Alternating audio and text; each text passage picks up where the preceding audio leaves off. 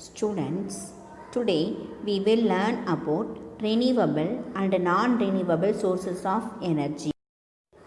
Keywords: renewable, non-renewable.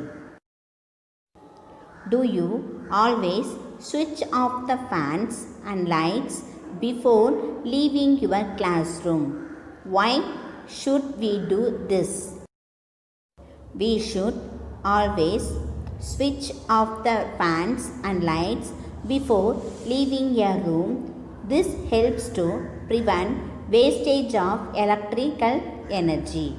We produce energy from resources like coal.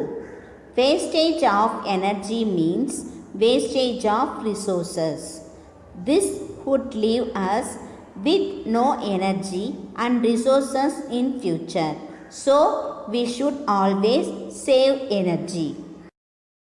To share the forms of energy they get from the various sources and how they have stored the energy sources. We use the sun to get heat, light and electrical energy. We use wind and moving water to get electrical energy. We also use coal to get electrical energy. We use petroleum to get heat energy to run vehicles.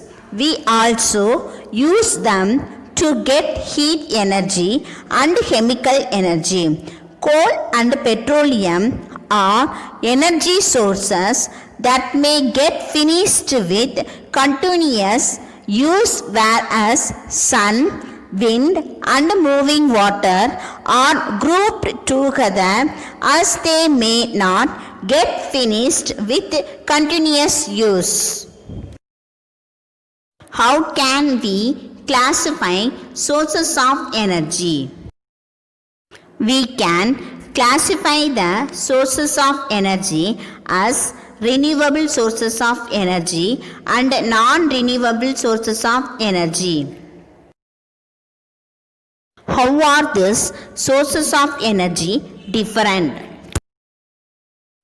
Renewable sources are those which are not exhausted easily, as they are easily renewed or replenished in nature. Sun, wind and moving water are renewable sources of. Non-renewable sources of energy are those which can get exhausted easily because they exist in limited quantities and take hundreds of years to get replenished in nature.